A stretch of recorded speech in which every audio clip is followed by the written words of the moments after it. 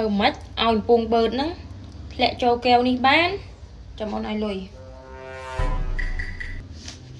đi mờn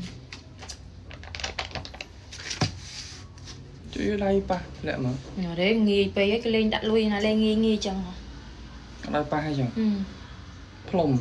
lắm có ớt đây nghi pe tí mờn này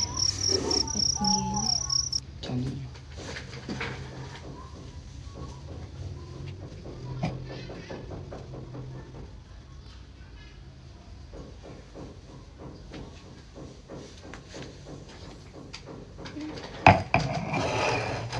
keo mà tại thì đấy